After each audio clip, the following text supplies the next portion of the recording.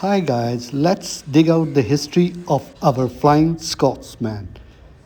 The Flying Scotsman was built in Doncaster in 1923 and was the first steam locomotive officially credited with achieving 100 mile in 1934.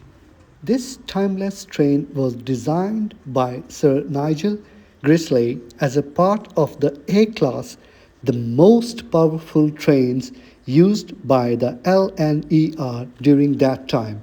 It is 70 feet long and weighs 96 tons. When it was first created, the Flying Scotsman was painted apple green, but during World War II, it was repainted black in common with all railway stock and to comply with the blackout blaze measures that were in place in order to foil bombers. The Flying Scotsman was later painted blue when the railways were nationalised with the formation of the British Railways in 1948. The locomotive remained blue until it went out of service in 1963. Hi guys, today we are at East Lancashire train station where we're going to start our unprecedented journey on one of the most iconic locomotives. I'm talking about none other than the one and only Flying Scotsman. As we are celebrating the 100th anniversary of our locomotive, let's be the part of this celebration. Let's go! The Flying Scotsman retired in 1963. After retirement, the magnificent steam locomotive toured the USA, ferrying tourists about between 1969 and 1973 before returning to the UK. The locomotive was then later bought and repaired by the British businessman William McAlpine during the 80s. It was once again refurbished and set to work on various heritage routes. The Flying Scotsman, also sometimes referred to by its pre-war locomotive number 4472, has roughly travelled 2.8 million miles over its lifetime. After a successful campaign, the iconic steam engine was once again returned to public ownership in 2004 thanks to the enthusiastic backing of Sir Richard Branson and the National Heritage Memorial Fund.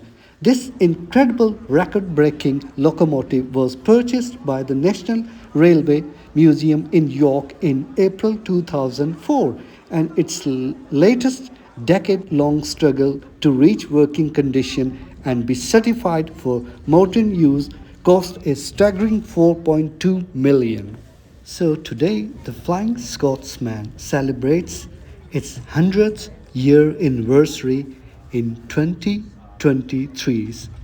So please be a part of this wonderful flying machine. Thank you.